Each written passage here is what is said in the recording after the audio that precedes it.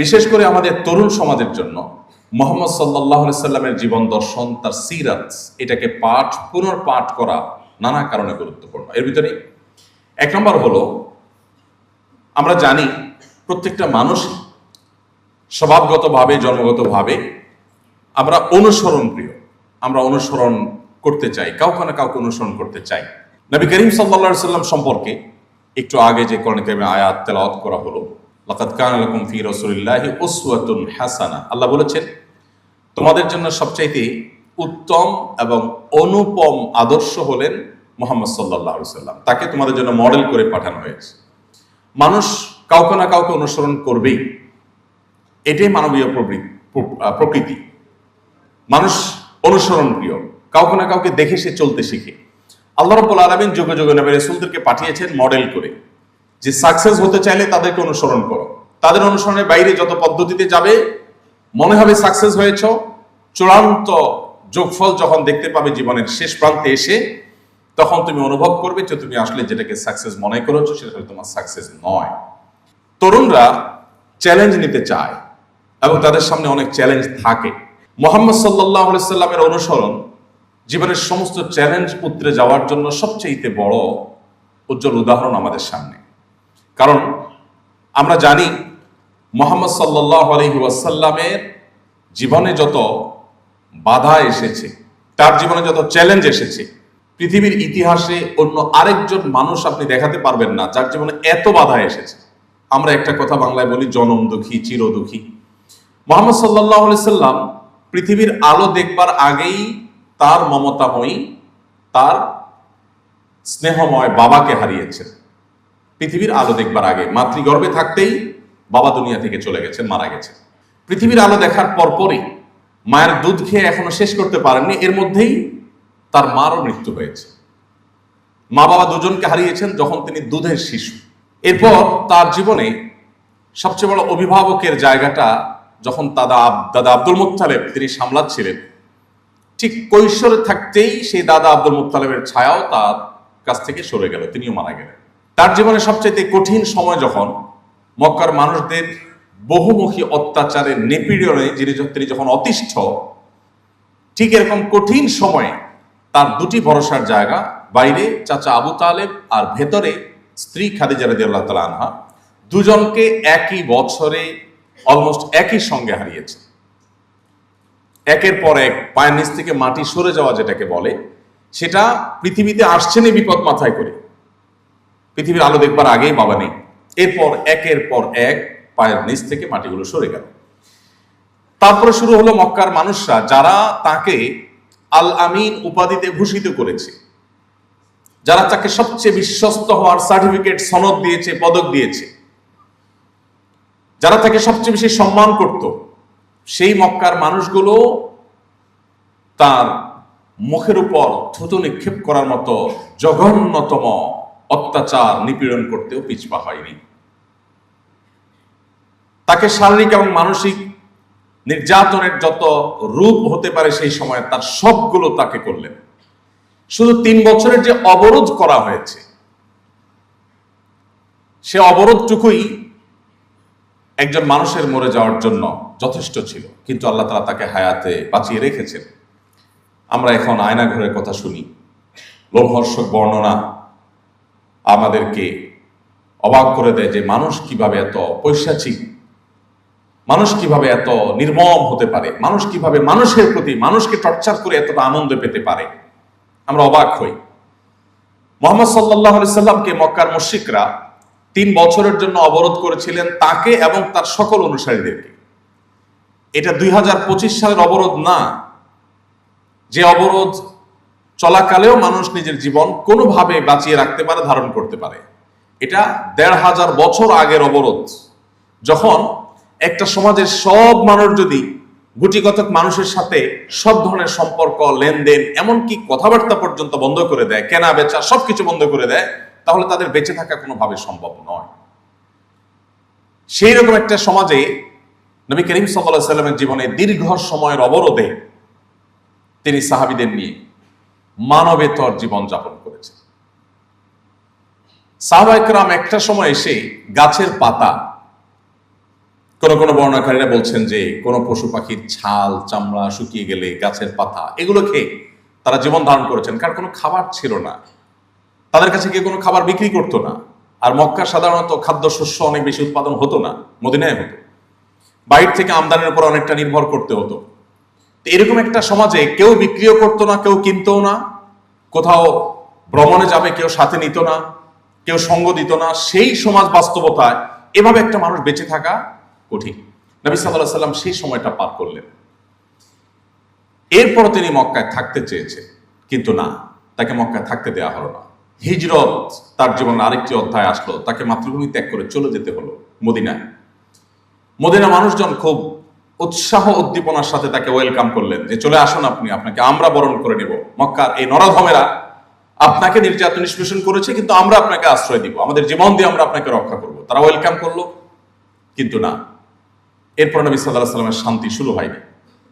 একের পর এক বদর, উহুদ, খন্দক, তাবুক, একটার পর একটা যুদ্ধ, আগ্রাসন, একের পর এক আক্রমণ, ষড়যন্ত্র তার উপরে চাপিয়ে দেওয়া হলো। জীবনে এমন একটি রাতও পাওয়া মনে হয় কঠিন হবে, যে রাত নবী করিম সাল্লাল্লাহু আলাইহি সাল্লাম দুশ্চিন্তা মুক্ত ভাবে তিনি ঘুমোতে পেরেছেন। এরপর তার যে আর্থিক সঙ্গতি সেটা বা অন্যান্য দিক আছে, সেগুলো নিয়ে আমরা আলোচনা নাই করলাম। জীবনে এত চ্যালেঞ্জ মোকাবেলা করে, এত চ্যালেঞ্জের বাধা ঠেলে ঠেলে, এত চ্যালেঞ্জের ওয়াল ঠেলে ঠেলে সামনে অগ্রসর হওয়া তো দূরের কথা, বেঁচে থাকায় যেখানে দায়, সেখানে মাত্র 10 বছর সময় পেয়েছেন মদিনায়, মাত্র 10 বছর। 10 বছরে মুহাম্মদ সাল্লাল্লাহু আলাইহি সাল্লামের আদর্শকে তখনকার পৃথিবীর সবচাইতে শক্তিশালী আদর্শ হিসাবে প্রতিষ্ঠা করে তারপর তিনি চিরতরে চোখ বন্ধ করেছেন। তাহলে আজকের তারুণ্য যদি চ্যালেঞ্জ মোকাবেলা শিখতে চায়, আজকের তারুণ্য যদি তার প্রতিটি পদে পদে যে সমস্ত চ্যালেঞ্জগুলো আসবে, বাধাগুলো আসবে, একটা একটা করে ডিঙিয়ে এসে যদি সামনে অগ্রসর হতে চায়, তাহলে তাকে মুহাম্মদ সাল্লাল্লাহু আলাইহি সাল্লামকে পাঠ করতে হবে, তাহলে তাকে মুহাম্মদ সাল্লাল্লাহু আলাইহি সাল্লামের সিরাত অধ্যয়ন করতে হবে।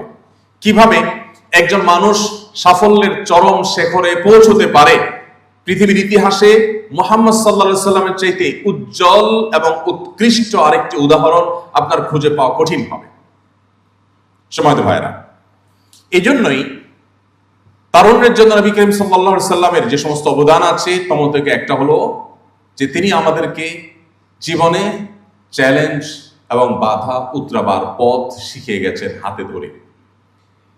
আপনি অবাক হবেন যদি আপনি সিরাত পাঠ করেন, যে কোনো একটা সিরাত গ্রন্থ আপনি শুরু থেকে শেষ পর্যন্ত পাঠ করেন, এমনকি অমুসলিমদের লেখা সিরাত গ্রন্থ যদি আপনি পাঠ করেন, আপনি অবাক হবেন যার জীবনে এত বাধা, এত শত্রুতা, এত ষড়যন্ত্র, প্রতিটা পদে পদে ভেতরের শত্রু বাহিরের শত্রু। মদিনা যখন আসলেন, ইহুদিদের সাথে করলেন ঐতিহাসিক শান্তি চুক্তি, ঐতিহাসিক মদিনায় একসাথে বসবাস করবে, তারা তাদের ধর্ম অনুসরণ করবে, মুহাম্মদ সাল্লাল্লাহু আলাইহি ওয়াসাল্লাম অনুসারীরা তাদের ধর্ম অনুসরণ করবে, শান্তিপূর্ণভাবে মদিনার সমাজে বসবাস করবে। চুক্তি হলো, কয়দিন পরে শুরু হলো তাদের ষড়যন্ত্র এবং শয়তানি। চুক্তি ভঙ্গ করে তারা গোপনে গোপনে আতাত করে করে মুসলমানদের শত্রুদের সাথে হাত মিলাতে শুরু করলো। এরপর আবার মুসলমান সেজে ঘাপটি মেরে মুসলমানদের মধ্যে মুনাফিকরা ঢুকে পড়লো। একদিকে মক্কার মুশরিকদের শত্রুতা, অপরদিকে মদিনার ভেতরের, একদিকে ইহুদিদের শত্রুতা, অপরদিকে মুনাফিকদের শত্রুতা। এত মুখী চ্যালেঞ্জ মোকাবেলা, এরপর আবার অর্থনৈতিক চ্যালেঞ্জ। মদিনা যে ফসলের উপর নির্ভর হতো, সে ফসল উৎপাদন করা, আবার মক্কা থেকে এই যে হাজার হাজার সাহাবী যারা হিজরত করে এসেছেন, আজকের যুগে যারা আসে যাদেরকে রিফিউজি বলে, যদিও তারা রিফিউজি আজকে রিফিউজির মতো ছিলেন না, মুহাজির সাহাবীরা যারা মক্কা থেকে হিজরত করে আসলেন, তাদের অর্থনৈতিক মুক্তির ব্যাপার আছে, তাদের কিচ্ছু সাথে আনেননি, শুধুমাত্র এক কাপড়ে অনেকটা সবাইকে চলে আসতে হয়েছে। এই এক কাপড়ে চলে আসা হাজার হাজার মানুষ, সেই 1450 বছর আগের পৃথিবীতে আমরা ফিরে যাই, আজকের পৃথিবীতে রিফিউজিদেরকে ওয়েলকাম করার জন্য, তাদেরকে আশ্রয় দেওয়ার জন্য হাজারটা উপায় আছে, কিন্তু সেই 1450 বছর আগে, 1450 বছর আগে মক্কা থেকে আসা মুহাজির সাহাবীদের সবার অর্থনৈতিক মুক্তি নিশ্চিত করলেন। এবং তারা কেউ মদিনাবাসীর উপরে বোঝা হলেন না। একবার একজন মুহাজির, একজন আনসারী সাহাবী কোথাও কোনো কুয়া থেকে, কোনো কূপ থেকে পানি নিতে গিয়ে দুজনের মধ্যে বাদানুবাদ হলো। বাদানুবাদ হওয়ার পর একজন, ধরুন মুহাজির সাহাবী, আনসার সাহাবী মদিনায় যিনি আছেন, মদিনাবাসী, তিনি তার সমগোত্রীয় লোকদেরকে ডেকে বললেন, হে আমার সমগোত্রের লোকেরা, জলদি আসো, এই লোক আমার সাথে এই করেছে। অর্থাৎ একটা যুদ্ধ, একটা সংঘর্ষ, একটা নিজেদের মধ্যে মারামারির একটা আহ্বান। নবী করিম সাল্লাল্লাহু আলাইহি ওয়াসাল্লামের কানে আওয়াজটা আসলে তিনি বললেন, মালি, কি হলো আমার? আমি শুনতে পাচ্ছি তোমাদের মুখ থেকে যে আহ্বান, এটা হলো জাহিলি যুগের, বর্বর যুগের আহ্বান, যে নিজেদের মধ্যে কিছু হলে সমগোত্রীয় লোকদেরকে ডেকে এনে গোত্রে গোত্রে মারামারি হবে। দাউহা ফাইন্নাহা মুনতিনা, এটাকে ছুঁড়ে ফেলে দাও, নিজেদের মধ্যে ভেদাভেদের কোনো আওয়াজ আমি শুনতে চাই না, এটা দুর্গন্ধযুক্ত, এটাকে নিক্ষেপ করে ফেলে দাও। এমন ঐক্যের প্রাচীর তিনি তৈরি করেছেন। আউস এবং খাজরাজ, আপনি যদি একেবারে মদিনার ইতিহাসের প্রাইমারি লেভেলের পড়াশোনাও আপনার থাকে, আপনি আউস খাজরাজের নাম অবশ্যই জানবেন। এবং খাজরাজ উভয় গোত্রের মধ্যে শত্রুতা যুগ যুগ ধরে চলে আসছে, বলা যায় শতাব্দী ধরে যেটা ধারণ করছে। বাবা মারা যাওয়ার সময়, আউস এবং খাজরাজ দুটি গোত্র, এক গোত্রের বাবা মারা যাওয়ার সময় ছেলেকে ওসিয়ত করে যেতেন, বাবা, খাজরাজ গোত্রের লোকদের বিরুদ্ধে যুদ্ধ আমি করেছি সারা জীবন, হয়তো রণাঙ্গনে মারা যাচ্ছে যুদ্ধ করতে করতে, সন্তানকে ওসিয়ত করে যেতেন যে বাবা আমি তো পারলাম না যুদ্ধটা শেষ করতে, ওসিয়ত করে যাই তুমি যুদ্ধটা চালায় যাও, এদের বিরুদ্ধে যুদ্ধটা চালায় যাও। ওই ছেলে আবার বড় হয়ে সে আবার তার ছেলেকে সেম ওসিয়ত করত। এরকম দুটি গোত্রকে নবী করিম সাল্লাল্লাহু আলাইহি সাল্লামের বলিষ্ঠ নেতৃত্ব, তার লিডারশিপের কারণে তিনি তাদেরকে এক প্লেটে বসে খাইয়েছেন, সকল ভেদাভেদ মাটির সাথে ধুলোর সাথে মিশে একাকার করে দিয়েছেন। আল্লাহ কোরআনে সেই কথা বলেছেন, তোমরা স্মরণ করো সেই সময়ের কথা, ইয কুনতুম আ'দা ফাআল্লাফা বাইনা কুলুবিকুম, তোমরা যখন পরস্পর শত্রুতায় মত্ত ছিলে, তখন তোমাদের সেই শত্রুতা দূর করে তোমাদের মধ্যে ঐক্য, সম্প্রীতি, ভালোবাসা, সৌহার্দ্যের এক উজ্জ্বল উদাহরণ সৃষ্টি করেছিলেন মুহাম্মদ সাল্লাল্লাহু আলাইহি ওয়াসাল্লাম। সেই কথা তোমরা স্মরণ করো। প্রিয় ভাইরা, কেন মুহাম্মদ সাল্লাল্লাহু আলাইহি ওয়াসাল্লাম 2025-এর পৃথিবীতেও প্রাসঙ্গিক, এবং আজ থেকে আরো 2000 বছর পরও যদি পৃথিবীতে মানুষ থাকে তিনি প্রাসঙ্গিক থাকবেন? তার কারণ আপনার জীবনে বাধা যেখানেই আসবে, চ্যালেঞ্জ যেখানেই আসবে, সেখানে আপনি মুহাম্মদ সাল্লাল্লাহু আলাইহি ওয়াসাল্লামের জীবনেতে আপনার করণীয় আপনি খুঁজে পাবেন। আল্লাহ সেই কথাই বলেছেন, লাকাদ কানা লাকুম ফি রাসূলিল্লাহি উসওয়াতুন হাসানা। আজ আমরা বাংলাদেশের মানুষ হিসাবে আমরা যে সমস্ত সংকট, যে সমস্ত সমস্যার মুখোমুখি, আপনি প্রতিটি সমস্যা, প্রতিটি সংকটকে মুহাম্মদ সাল্লাল্লাহু আলাইহি সাল্লামের আদর্শের কষ্টি পাথর দিয়ে আপনি সমাধানের পথ আপনি আবিষ্কার করতে পারবেন, খুঁজতে পারবেন। কিভাবে তিনি ঐক্যবদ্ধ করেছেন, কিভাবে তিনি জাতিকে চ্যালেঞ্জ ওভারকাম করা শিখিয়েছেন। আমি যে কথাটি বলতে গিয়ে অন্যদিক চলে আসছিলাম, সেখানে আবার ফিরে যাচ্ছি। নবী সাল্লাল্লাহু আলাইহি সাল্লাম তার সিরাত যদি আপনি পাঠ করেন, আপনি দেখবেন এত বাধা যার জীবনে। আমি সে কথা বলতে গিয়ে, বাধা বলতে গিয়ে এদিকে এসেছিলাম, ইহুদিদের বাধা, মুনাফিকদের বাধা, এই সকল বাধা, এত চ্যালেঞ্জ, এত টেনশন, এত পেরেশানি, এত দুশ্চিন্তা যার জীবনে, বাধার পাহাড় মাথা নিয়েই যার জন্ম, সেই ব্যক্তি, তার সম্পর্কে সাহাবীরা বলছেন, তার শিষ্যরা বলছেন, যারা তাকে দেখেছেন তারা বলেছেন যে তার দিকে যখনই তাকাতাম তিনি মুচকি হাসতেন। এত বাধা, এত টেনশন, এত পেরেশানি, এত শত্রুতা যার ব্যাপারে, সেই লোকটা তার দিকে তাকিয়ে কখনো এমন হয়নি যে তিনি গোমড়া মুখে আছেন, সবসময় তিনি হাসি মুখে থাকতেন। এবং তার সিরাতের তারজমের ইতিহাসে আপনি কোথাও খুঁজে পাবেন না, কোন মুসলিমও লেখেনি যে তিনি কখনো রাগান্বিত হয়ে, মেজাজ হারিয়ে তিনি কাউকে ধমক দিয়ে এরপরে সরি তাকে বলতে হয়েছে। একটি ঘটনা তার জীবনে এমন হয়নি যে কোনো একটি পদক্ষেপ নেওয়ার পর তিনি আবার ব্যাক করেছেন, না সরি আমার ভুল হয়েছে, এটা বলতে হয়েছে, এরকম হয়নি। প্রিয় ভাইরা, এই জন্য আপনার যদি লিডারশিপ শিখতে হয়, আপনার যদি চ্যালেঞ্জ মোকাবেলা শিখতে হয়, আপনার যদি নিজের আদর্শকে, নিজের চিন্তাকে, নিজের মিশনকে সাকসেসের সর্বোচ্চ শিখরে নিয়ে যেতে হয়, তাহলে আপনাকে মুহাম্মদ সাল্লাল্লাহু আলাইহি ওয়াসাল্লামকে পাঠ করতেই হবে। এর বিকল্প কোনো পথ আপনার সামনে খোলা নেই। সম্মানিত উপস্থিতি, তিনি তরুণদেরকে অনেক বেশি ভালোবাসতেন। অনেক বেশি ভালোবাসতেন।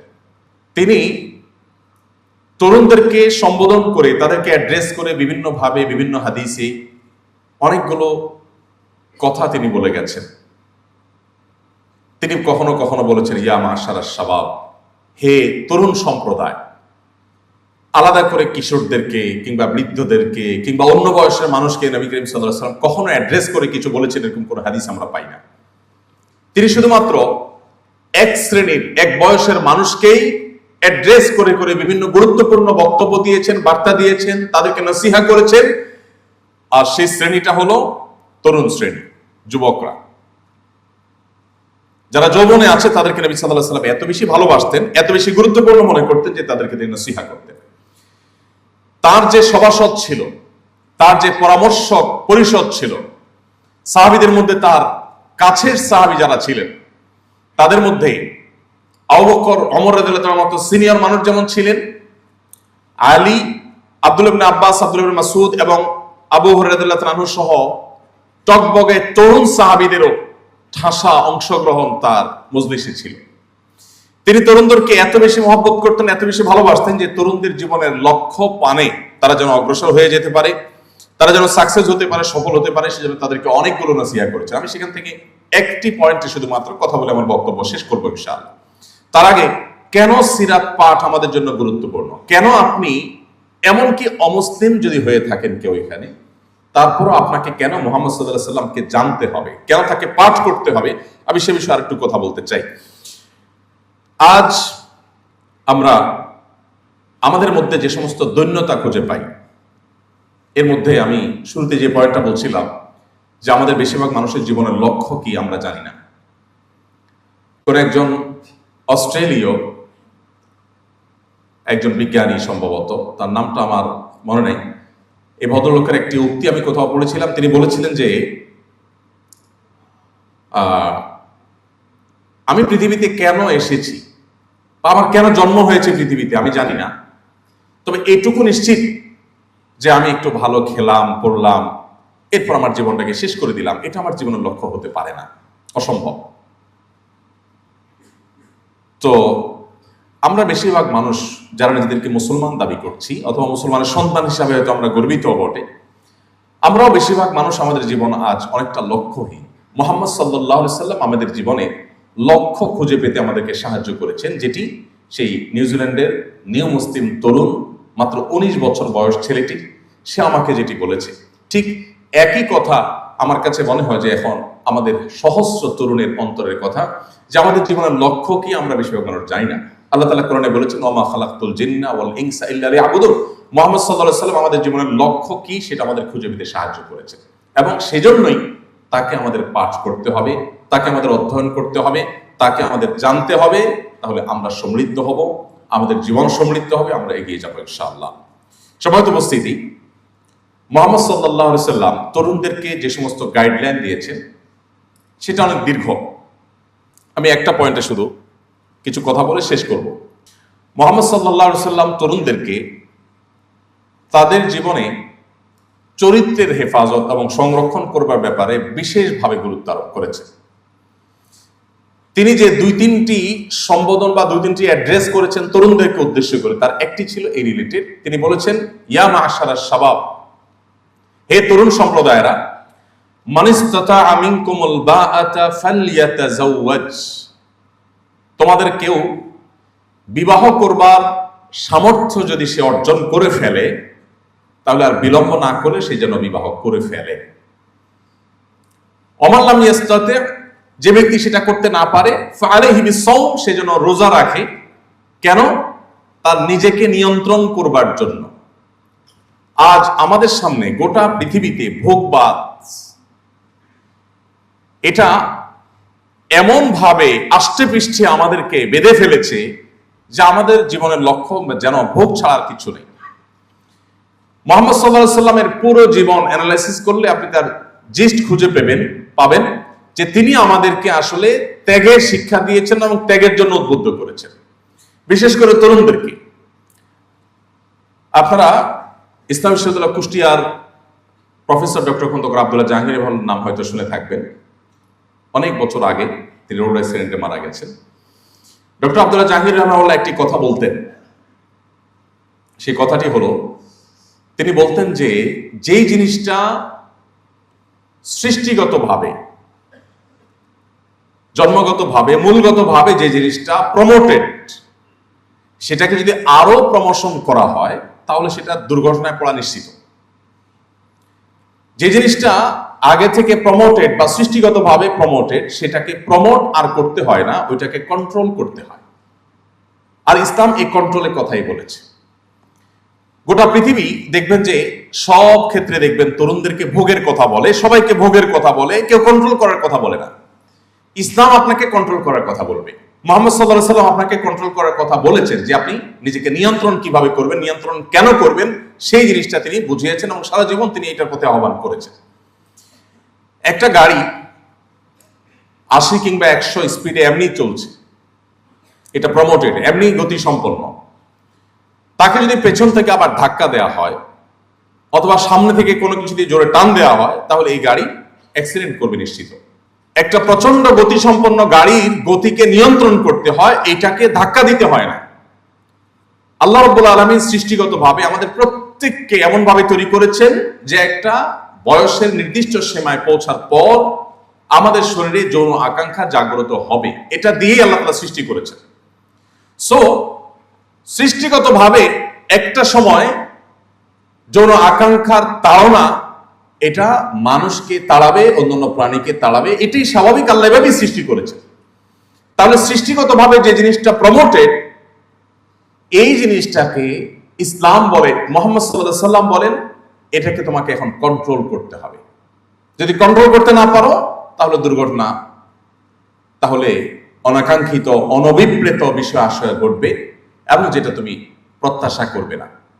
আজ মুহাম্মদ সাল্লাল্লাহু আলাইহি ওয়াসাল্লামের যে আদর্শটা মুসলিম তরুণ হিসাবে আমাদের জন্য খুবই গুরুত্বপূর্ণ, সেটি হলো একজন আদর্শ মুসলমান হওয়ার জন্য যা যা দরকার, সেগুলোর পাশাপাশি আমাদের তারুণ্যকে, আমাদের যৌবনকে কলুষ মুক্ত রাখার চ্যালেঞ্জে এগিয়ে যাওয়া। আল্লাহ রাব্বুল আলামিন কোরআনে কারিমে বিভিন্ন জায়গায় আমাদেরকে পবিত্র থাকার জন্য উৎসাহিত করেছেন, অনুপ্রাণিত করেছেন। আমরা নিজেদেরকে পবিত্র রাখি, আমাদের চরিত্রে যেন কালিমা না লাগে। দেখুন, পৃথিবীর যে সমস্ত দেশগুলো ওপেন কালচারের দেশ, বিশেষ করে সেক্সুয়াল ইস্যুগুলোতে যারা ওপেন কালচারে বিশ্বাসী, সে সমস্ত দেশগুলোতে তরুণদের, তাদের যে মনস্তত্ত্ব, তাদের যে মানসিক যে অবস্থা, সেটার উপরে যদি আপনি একটু সাদাসিধে টাইপের কোনো সার্ভে করেন, একেবারে একাডেমিক এবং ডিপ সিস্টেমিক্যাল কোনো সার্ভে নাও করেন, আপনি একটু খোঁজ খবর যদি নেন, তাও আপনি দেখতে পাবেন যে তারা যা খুশি তা করতে পারে, কিন্তু এরপরেও তাদের মানসিক শান্তিটা নেই। তারা কেউ সুখী না, তারা কেউ ভেতর থেকে হ্যাপি না, তারা প্রচন্ড ডিপ্রেসড। এবং সেই সমস্ত দেশগুলোতে তরুণদের মধ্যে আত্মহত্যার প্রবণতা অন্য বয়স্ক মানুষের চাইতে আরো বেশি, ভাইরাস তাদের ভোগের সব উপকরণ আছে। মুহাম্মদ সাল্লাল্লাহু আলাইহি ওয়াসাল্লাম তিনি বলেছেন, তোমরা জাহান্নামমুখী অভিযাত্রায় একের পর এক ঝাঁপ দিয়ে পড়ছো, তোমরা অদৃশ্যের জগৎ সম্পর্কে জানো না, সেজন্য তোমরা এমন পথে যাচ্ছ যে পথের শেষ ঠিকানা জাহান্নাম। তিনি বলছেন, ওয়া আনা আখিযু বিহুজাজিকুম মিনান নার, আমি তোমাদের কোমর ধরে ধরে জাহান্নাম থেকে বাঁচাবার জন্য সংগ্রাম করছি, চেষ্টা করছি। এটাই নবী সাল্লাল্লাহু আলাইহি সাল্লাম তাকে শিক্ষা দিয়েছেন। প্রিয় ভাইরা, তরুণদেরকে সেজন্য নবী করিম সাল্লাল্লাহু আলাইহি সাল্লাম আদর্শবান, চরিত্রবান, তাদের চরিত্র সংরক্ষণকারী হওয়ার জন্য তিনি উৎসাহিত করেছেন, অনুপ্রাণিত করেছেন। আমাদের সামনে এটা অনেক বড় একটা চ্যালেঞ্জের বিষয়। এই যুগে কোন তরুণ 5 ওয়াক্ত নামাজ পড়ছে, অথবা সে মাশাআল্লাহ লম্বা দাড়ি রেখেছে, কোন তরুণী হিজাব করেন অথবা 5 ওয়াক্ত নামাজ পড়েন, এই জিনিসগুলো যত গুরুত্বপূর্ণ, তার চরিত্রকে কোনো প্রকার কালিমা কলুষ থেকে, হারাম রিলেশন থেকে মুক্ত রাখাটা কোন কোন ক্ষেত্রে এগুলোর চাইতে বেশি গুরুত্বপূর্ণ হয়ে ওঠে। মুহাম্মদ সাল্লাল্লাহু আলাইহি সাল্লাম এই আহ্বানটা আপনাদেরকে, আমাদেরকে, তরুণদেরকে করে গেছেন। আপনি যদি কোরআনে কারিমে সূরা ইউসুফ খোলেন, কোরআনের সবচেয়ে দীর্ঘতম সূরাগুলোর মধ্যে থেকে একটা, আপনি এই শিক্ষা পাবেন। ইউসুফ আলাইহিস সালাম তার জীবনে একটি হারাম রিলেশনের অফার এসেছিল, তিনি সেটাকে কিভাবে মোকাবেলা করেছেন, কিভাবে সেটাকে ডিনাই করেছেন, ডিনাই করার ফলে তার উপরে কি কি নির্যাতনের স্টিম রোলার নেমে এসেছে, তাকে বন্দিত্ব বরণ করতে হয়েছে, দীর্ঘদিন জেল জীবনে কাটাতে হয়েছে, এরপরে তিনি তার চরিত্র বিসর্জন দিতে প্রস্তুত হন নাই। কোরআনে কারিমে আল্লাহ তাআলা সেই ঘটনা উল্লেখ করেছেন। আমাদের তারুণ্যের চরিত্রকে হেফাজত করবার জন্য। দেখুন, মুসলিম তরুণদের সবচাইতে বড় অস্ত্র বলতে পারি, সবচাইতে বড় সংগ্রামের জায়গা বলতে পারি, যদি মুসলিম তরুণ তার তারুণ্যকে হারাম এবং অবৈধ রিলেশন থেকে বাঁচাতে পারে, এটা হলো তার সবচাইতে বড় সাফল্যের জায়গা। কেন? কারণ হলো, একজন যুবক যিনি বিশ্ব জয় করার স্বপ্ন দেখে, সে নিজের প্রবৃত্তিকে এতটুকু নিয়ন্ত্রণ করতে পারবে না, সে বিশ্ব জয় তো দূরের কথা, সে নিজেকেই তো জয় করতে পারবে না। এজন্য মুহাম্মদ সাল্লাল্লাহু আলাইহি সাল্লাম আমাদের চরিত্রকে হেফাজত করবার জন্য বিভিন্নভাবে উৎসাহিত করে বলেছেন। তিনি বলেছেন,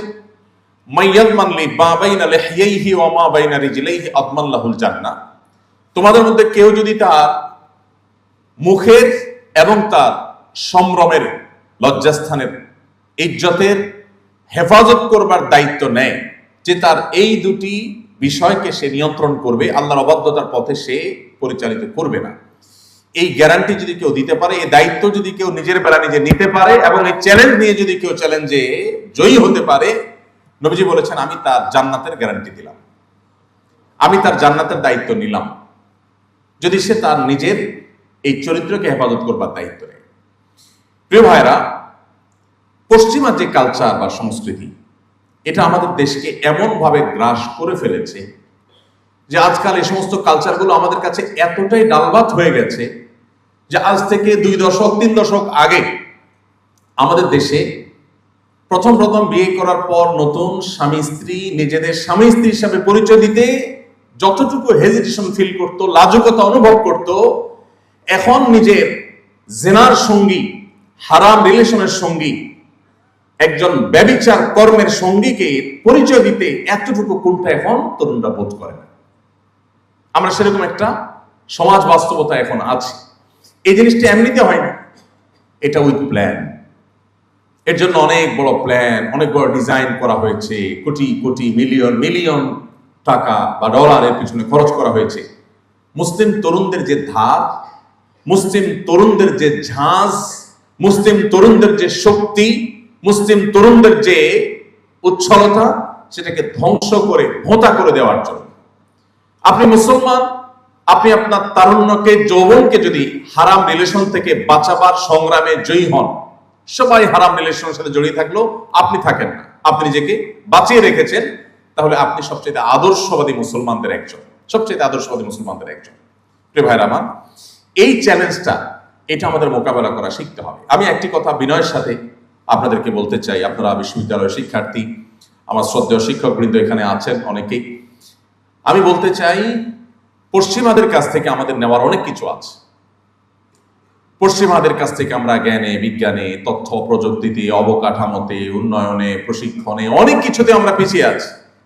ডেফিনেটলি এই সমস্ত বিষয়গুলো তাদের কাছ থেকে আমাদের নেওয়ার আছে, সো আমরা সেগুলো তাদের কাছ থেকে নেব। কিন্তু আমরা যদি তথ্য প্রযুক্তিতে, জ্ঞানী বিজ্ঞানে তাদের চাইতে 100 বছর পিছিয়ে থাকি, তাহলে পারিবারিক বন্ধনে, দাম্পত্য সুখে আমরা তাদের চাইতে 200 বছর এগিয়ে আছি। আপনি পৃথিবীর সমস্ত উন্নত দেশে একটু চোখ মেললে দেখতে পাবেন যে আমাদের এখানে, আমি শুধু মুসলমানদের কথা বলছি না, আমি আমাদের সাবকন্টিনেন্টের কথা, আরো স্পেসিফিক করে আমাদের বাংলাদেশের কথা যদি বলি, তো আমাদের এই অঞ্চলে আপনি মুসলমান, হিন্দু, খ্রিস্টান, বৌদ্ধ, আমাদের এখানে সামাজিক যে সংস্কৃতি, আমাদের যে সামাজিক সৌন্দর্য, এই সামাজিক সংস্কৃতিতে আপনি দেখবেন স্বামী স্ত্রী পরস্পরকে যতটা ভালোবাসেন, স্বামী স্ত্রীর মধ্যে বোঝাপড়া যতটা ভালো, উন্নত দেশগুলোতে এটা কল্পনাও করা যায় না। আমি মাসখানেক আগে একটি উন্নত দেশে একজন বাংলাদেশি, যিনি বুয়েটিয়ান, ফজর নামাজ পড়ে তার বাসার সামনে গেলাম, তো পাশে একজন বৃদ্ধ মানুষ, যিনি খ্রিস্টান, ওই দেশের নাগরিক, তো তার সাথে পরিচয় হলো। আমাদের বাংলাদেশি সেই ভাইয়ের নেইবর, তার প্রতিবেশী, আমাকে পরিচয় করায় দিলেন। তো লোকটা দেখলাম ভোরবেলা একটা মাইক্রোবাসে করে আসলেন, নামলেন, গায়ে ধুলো ময়লা। আমি জিজ্ঞেস করলাম, এত ভোরে আমরা ফজর পড়ে আসলাম, আর উনি এই টাইমে আসেন কোত্থেকে? বললেন যে সে কোনো কাজ থেকে আসছে, কাজে গেছে, রাজমিস্ত্রি টাইপ কোনো কাজ টাজ করে। তো আমাকে ভদ্রলোক, বাংলাদেশি ভদ্রলোক বললেন যে আমার পাশে এই ভদ্রলোক আছে, আজকে এই বাসায় তিনি 20 বছর বসবাস করেন, তার কোনো ফ্যামিলি মেম্বার নাই, তিনি একা থাকেন, বয়স 65-70 এরকম কাছাকাছি হবে। এরকম একজন বৃদ্ধ মানুষ, তিনি বসবাস করছেন একা একা তার বাসায়, কোনো মানুষজন নেই। নিজে রান্না বাড়া করেন, নিজে কাজ করেন, নিজে খান, পরে। তো আমাকে ওই বাংলাদেশি ভাই বললেন যে এই যে লোকটা একাকী থাকে, তার বাসায় একটা রাইফেল আছে লাইসেন্সওয়ালা, আমি সবসময় ভয়ে থাকি কখন সে আত্মহত্যা করে, এবং তাকে আমি প্রায় সময় পাহারা দিই এবং তাকে বলি, খবরদার, তুমি কিন্তু একজন খ্রিস্টান, তুমি গডে বিশ্বাস করো, সো তুমি কিন্তু আত্মহত্যা করতে পারো না, ইত্যাদি আমি তাকে সবসময় বোঝানোর চেষ্টা করি। তো আমি কৌতূহলী হয়ে জিজ্ঞেস করলাম, আচ্ছা লোকটার ফ্যামিলি কোনো সদস্য নাই, একা একা বুড়ো মানুষ, 20 বছর এখানে এভাবে, এটা কিভাবে সম্ভব? আমাদের বাংলাদেশে এটা তো কল্পনাও করা যাবে না। মুসলমান তো বটেই, হিন্দু, খ্রিস্টান, বৌদ্ধ, বাংলাদেশে আমরা যারাই বসবাস করি, আমাদের এখানকার কালচার এটা তো কল্পনাও করা যায় না যে একজন বৃদ্ধ মানুষ একা একা 20 বছর একটা করে কাটায় এবং 60, 65, 70 বছর বয়সে রাজমিস্ত্রি কাজ করে এসে ভোরবেলা এসে সে রান্না বাড়া করে তারপর খাওয়া দাওয়া করবে, এটা আমরা চিন্তাও করতে পারি না। বলেন তো কাহিনী কি? তখন আমাকে সে ভদ্রলোক বললেন যে তারা তো আসলে পরিবার ব্যবস্থাপনা তাদের এমনটাই ভেঙে পড়েছে যে কেউ কারোর সাথে থাকবে এটা তাদের জন্য অলমোস্ট অসম্ভবের মতো। কেন আরেকজনের সাথে থাকবে? সে স্বাধীন, বিয়ে করবে, বিয়ে করলে সে ফেঁসে যাবে। কারণ যদি বিচ্ছেদ হয়, বিয়ে যদি 3 বছর লাস্টিং হয়, বিচ্ছেদ হয়ে গেলে, এটা প্রায় বেশিরভাগ উন্নত দেশেরই আইন একরকমই, যে সম্পদের অর্ধেক তাকে দিয়ে দিতে হবে। তো বাবা এত কষ্ট করে তার সম্পদের অর্ধেক দিয়ে লাভ কি?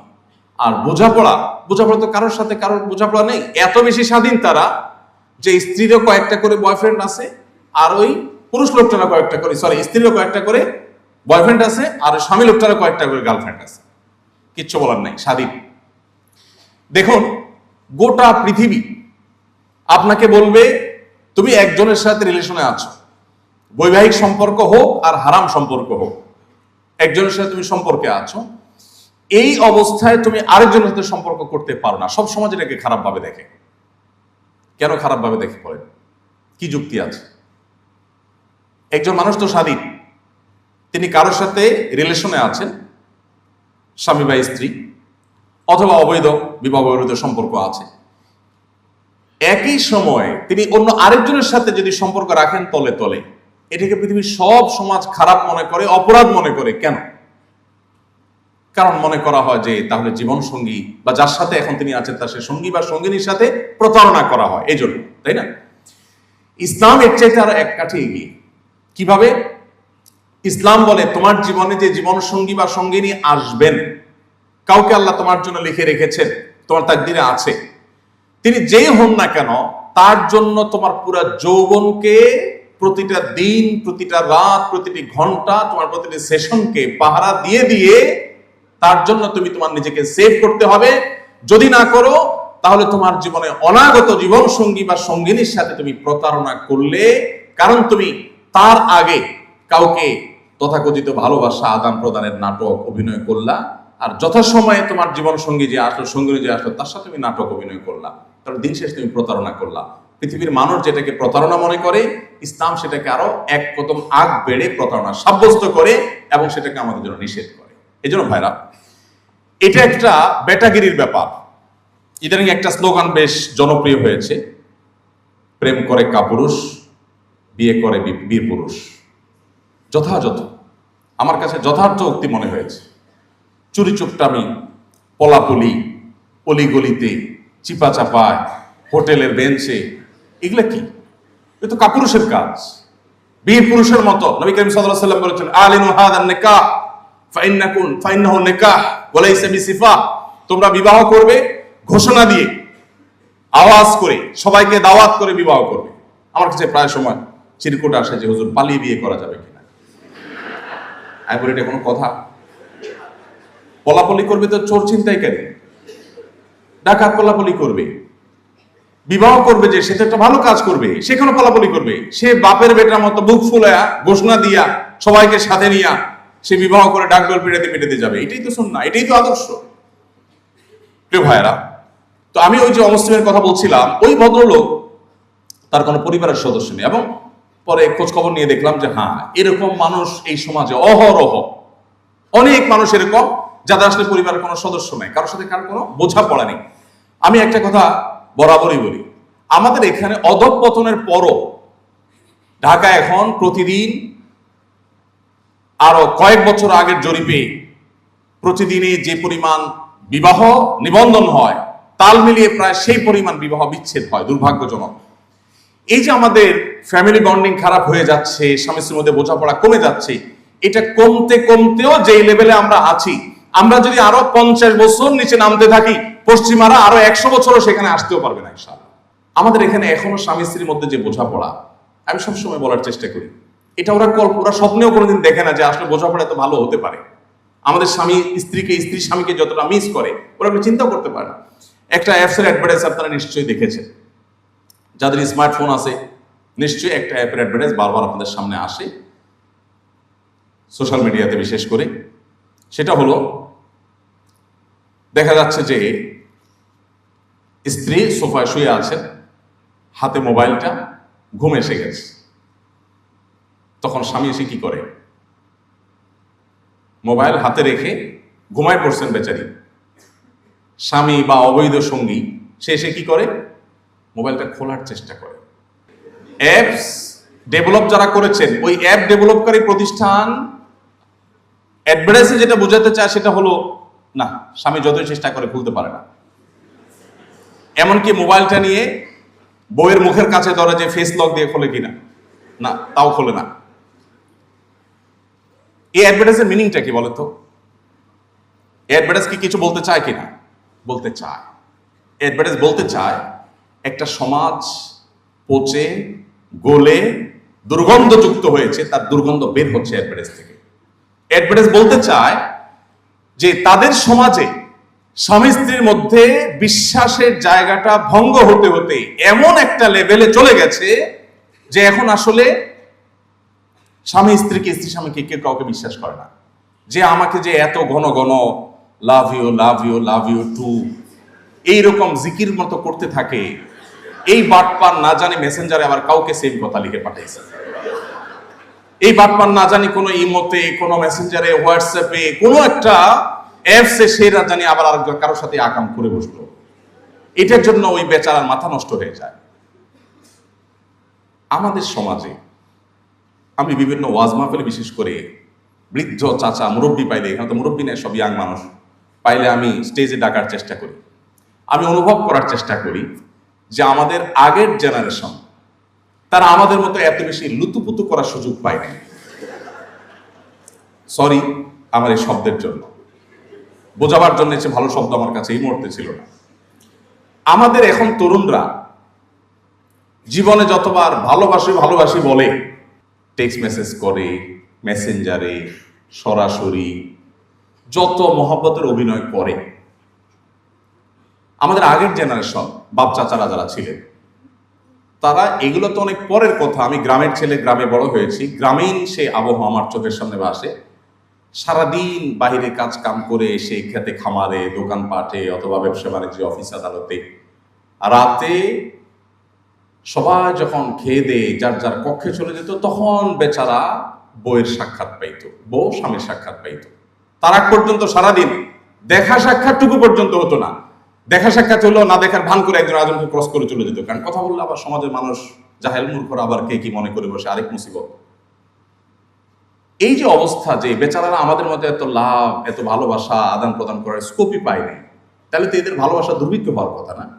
কিন্তু বাস্তবতা হলো যে তাদের ভালোবাসা আমাদের চাইতে এত মজবুত যে আমি সবসময় বলি যে আমাদের আজকালকার তরুণদের তথাকথিত এই ভালোবাসা হলো মেড ইন চায়না, আর তাদেরটা হলো মেড ইন জাপান। এই পরিমাণ স্ট্রং। আপনি যদি এখন একজন তরুণকে বলেন, মাত্র বিয়ে করছে, যদি বলেন ভাই মনে কিছু না করলে একটা কথা বলি, বলে কি কথা? যদি বলেন যে ভাই ভাবিকে দেখছি কার সাথে যেন হাঁটতেছে হাত ধরে, কোথায় দেখছে? ভাই নিউ মার্কেটের দিকে দেখছিলাম। আরে বলেন কি, কবে দেখছেন আপনি? এই যে রিসেন্ট। তাহলে যে কোনো যুবক স্ত্রীর প্রতি অনেক বিশ্বাস থাকলে হয়তো পাত্তা দিতে চাইবে না, কিন্তু মনের ভিতরে একটা ঠিকই সন্দেহের দানা বাঁধবে যে আসলে কি, আমি কি তাহলে কি অজাগায় আমার এই ভালোবাসা বিলিয়ে বেড়াচ্ছি কিনা, কাহিনী কি?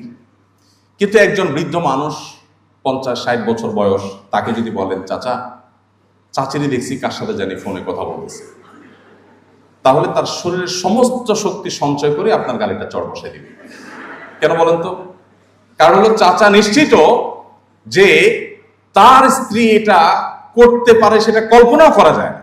মানে তার স্ত্রীর সমস্ত ভালোবাসা তার জন্য জমিয়ে রেখেছেন, তিনিও তার সমস্ত ভালোবাসা স্ত্রীর জন্য জমিয়ে রেখেছেন। তাহলে আজ আমাদের কাছে যেটাকে তথাকথিত ভালোবাসা ভালোবাসা বলে আমাদের সামনে পেশ করা হয়েছে, এটা হলো জাস্ট নিজের যৌবনের উচ্ছলতা, নিজের যৌবনের চাহিদা, এটাকে মেটাবার একটা উপায়। এখানে প্রকৃত অর্থে ভালোবাসার ছিটে ফোটাও পাওয়া খুব দুষ্কর এবং কঠিন।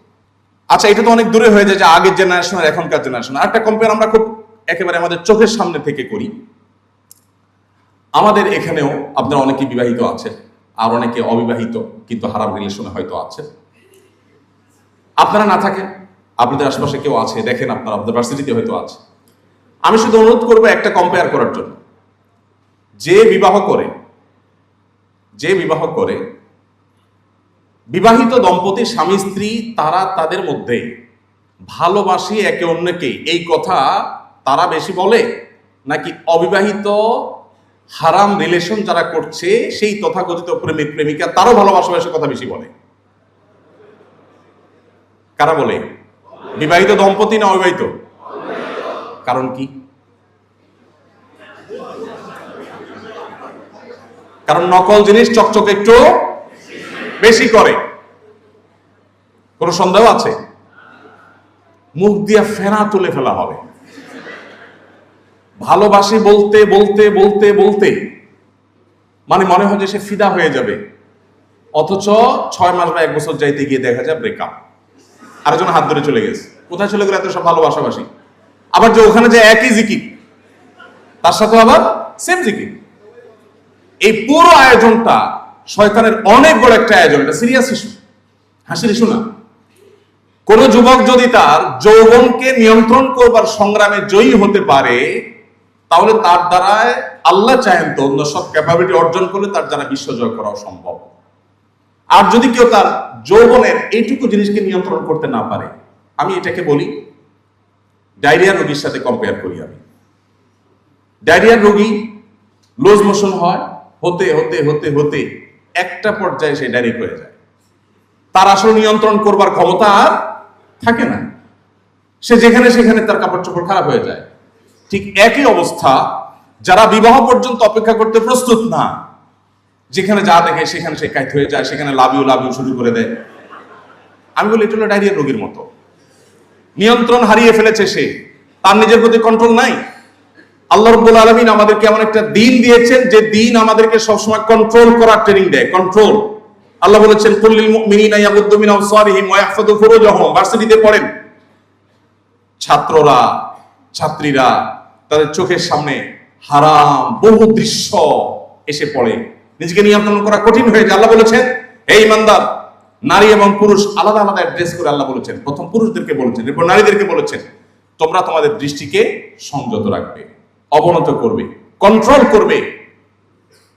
কেন?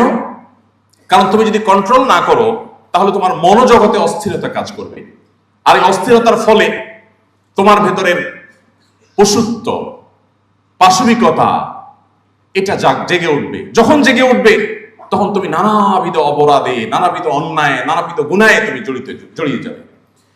এই জন্য নবী করিম সাল্লাল্লাহু আলাইহি সাল্লাম তরুণদের জন্য খুবই বিশেষভাবে তাদেরকে ডেকে আলাদা করে অ্যাড্রেস করে বলেছেন ইয়া মাশারাশ শাবাব, হে তরুণ সম্প্রদায়েরা।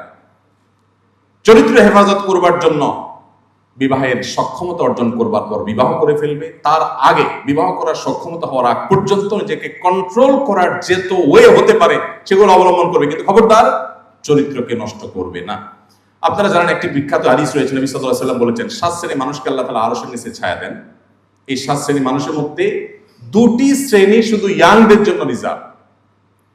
তার একটা হলো নবী সাল্লাল্লাহু আলাইহি ওয়াসাল্লাম বলেছেন শাবুন নাশাআ ফি ইবাদাতিল্লাহ, যে যুবক তার যৌবনকে আল্লাহর ইবাদতে কাটায়, এই যুবকের আল্লাহ রাব্বুল আলামিন কিয়ামতের ভয়াবহ দিনের ভয়াবহতা থেকে সেফ রাখবেন, যখন নবী রাসূলরাও পেরেশান থাকবেন। এরকম একটা দিনে যেই যুবক তার যৌবন বয়সে নামাজ কালাম পড়েছে, ভালো কাজ করেছে, নেক কাজ করেছে, আল্লাহর বাধ্যগত থেকেছে, হারাম কাজে যায় নাই, আল্লাহ তাআলা এই যুবককে পুরস্কার স্বরূপ জান্নাত কিয়ামতের ভয়াবহতম দিনে তার আরশের নিচে বিশেষভাবে আল্লাহ তাআলা ছায়া দিবেন এবং ভিআইপি প্যান্ডেলে রাখবেন। দ্বিতীয়ত হলো নবী সাল্লাল্লাহু আলাইহি ওয়াসাল্লাম বলেছেন রাজুলুন দাআতহু ইমরাআতুন যাতু মানসাবিন ওয়া জামাল, কোন পুরুষকে যখন কোন নারী বা কোন নারীকে কোন পুরুষ বিপরীত দিক থেকে হতে পারে কোন হারাম অফার করেছে, রিলেশনের অফার করেছে, এবং সে যে অফার করেছে সে সম্ভ্রান্ত রূপ, গুণ, বৈশিষ্ট্য এবং তার প্রতি আকৃষ্ট হওয়ার সব কারণগুলো থাকা সত্ত্বেও তিনি সেটাকে ডিনাই করে বলেছেন ইন্নী আখাফুল্লাহ, আমি আল্লাহকে ভয় করি। নবী সাল্লাল্লাহু আলাইহি ওয়াসাল্লাম বলেছেন এতটুকু বুকের পাটায় যদি বল কারোর থাকে, এতটুকু যদি কন্ট্রোলিং পাওয়ার থাকে, এতটুকু যদি নিয়ন্ত্রণ করবার ক্ষমতা থাকে নিজের প্রতি নিজের, নবীজি বলেছেন এই ব্যক্তিকে আল্লাহ রাব্বুল আলামিন আরশের নিচে ভিআইপি প্যানেলে ছায়া দান করবেন। প্রিয় ভাইরা আমার, কোরআন কারীমের 18 নম্বর পারার প্রথম সূরা সূরা মুমিনুনের শুরুর দিকে আল্লাহ তাআলা সফল এবং সার্থক ঈমানদারদের কয়েকটি বৈশিষ্ট্য বলেছেন, বলে শেষে বলেছেন উলাইহিকাল ওয়ারিসুন আল্লাযীনা ইয়ারিসুনাল ফিরদাউস ওয়া হুম ফিহা খালিদুন। এই বৈশিষ্ট্যের মানুষগুলো জান্নাতি হবে এবং তারা চিরকাল থাকবে। তাদের মধ্য থেকে একটা হলো ওয়াল্লাযীনা হুম লিফুরুজিহিম হাফিজুন, যারা তাদের চরিত্রকে হেফাজত করবে। আমি আপনাদেরকে প্রিয় নবী সাল্লাল্লাহু আলাইহি সাল্লামের একটি উদাত্ত আহ্বানের কথা স্মরণ করিয়ে দিয়ে শেষ করতে চাই। তিনি আপনাদেরকে অর্থাৎ তরুণদেরকে তাদের তারুণ্যকে সকল কলুষ, সকল নোংরামি, সকল অবৈধ সম্পর্ক থেকে বাঁচাবার জন্য তিনি আহ্বান করেছেন। আপনাদেরকে আলাদা অ্যাড্রেস করে বলে গেছেন, কারণ আমাদের এই যৌবনকে যদি আমরা হারাম পথে পরিচালিত করি তাহলে আর যা হোক দাম্পত্য জীবনের সুখ শান্তি আল্লাহ তাআলা আমাদের জন্য হারাম করে দিবেন। আমরা সবাই বাংলা একটা প্রবাদ জানি, হারামে আরাম নাই, কিন্তু এটা আমরা বাস্তব ক্ষেত্রে খুব বেশি প্র্যাকটিস করি না।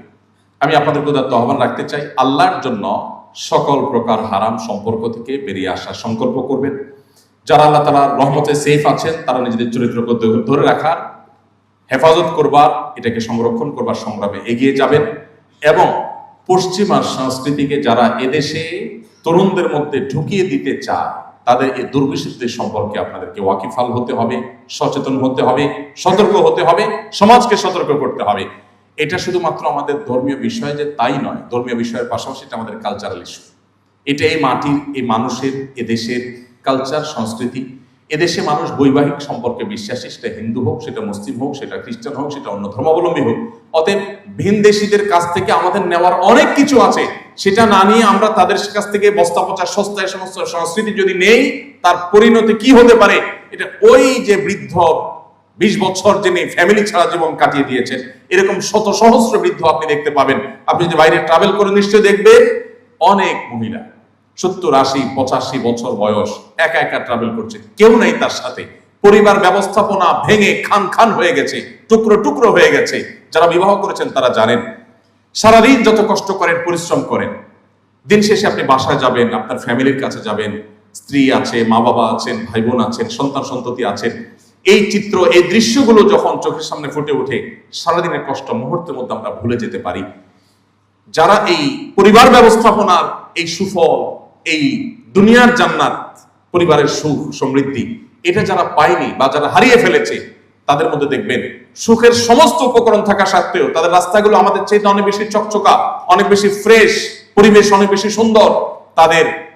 তাদের যে পথঘাট, তাদের যে নেচার, সেটা আমাদের চাইতে অনেক সুন্দর হওয়া সত্ত্বেও তারা সুখী নয়, তারা ডিপ্রেসড, তারা আত্মহত্যা প্রবণ, তাদের সংসার শেষ, তাদের দাম্পত্য জীবন শেষ, তাদের পরিবার ব্যবস্থা শেষ। এই জন্য আল্লাহর ওয়াস্তে আমাদের বিবাহ বহির্ভূত সম্পর্ককে না বলার মতো ঈমানি শক্তি আমাদের থাকতে হবে। আর এটা যদি না হয় তাহলে আমি ভালো মুসলিম যেমন হতে পারবো না, ঠিক তেমনি ভাবে আমি সুখী মানুষও হতে পারবো না।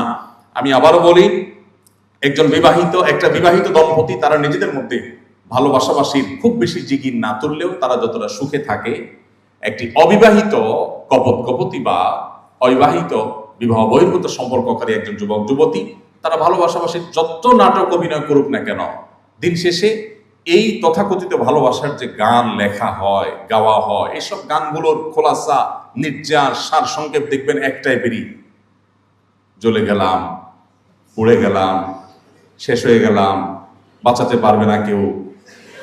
ওটা আসলে শেষ হয়ে গেছে, ওর জীবনটা আসলে জীবন্ত জাহান্নাম হয়ে গেছে।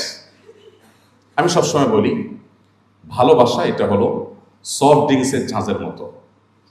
একবার খুলে ফেলছেন, ঝাঁজ চলে গেছে, এরপর যত টাইট দেন আর ফ্রিজে রাখেন, আগের ঝাঁজ আর কখনো ফিরে পাবেন না। সো ডিসিশন আপনাকেই নিতে হবে যে আপনি কি রাস্তাঘাটে আপনার তথাকথিত ভালোবাসা বিলায় বেড়াবেন, নাকি সময়ের জন্য অপেক্ষা করবেন? আল্লাহ আমাদেরকে সঠিক সিদ্ধান্ত নেওয়ার তৌফিক দান করুন।